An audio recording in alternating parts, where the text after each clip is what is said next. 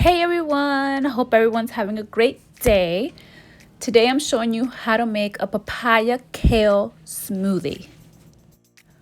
You'll need about 2 cups of coconut milk, a handful of kale, a quarter cup of papaya, a quarter cup of freshly cut aloe vera, and 1 teaspoon of flaxseed meal. In a blender, you're going to add your coconut milk, kale, papaya, aloe vera, and your flaxseed meal. You're going to blend everything.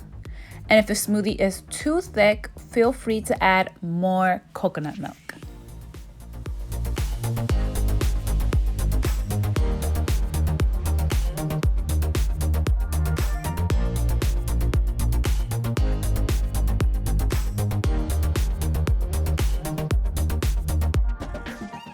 Don't forget to click subscribe, click on the notifications buttons, and also give this video a thumbs up. Thank you.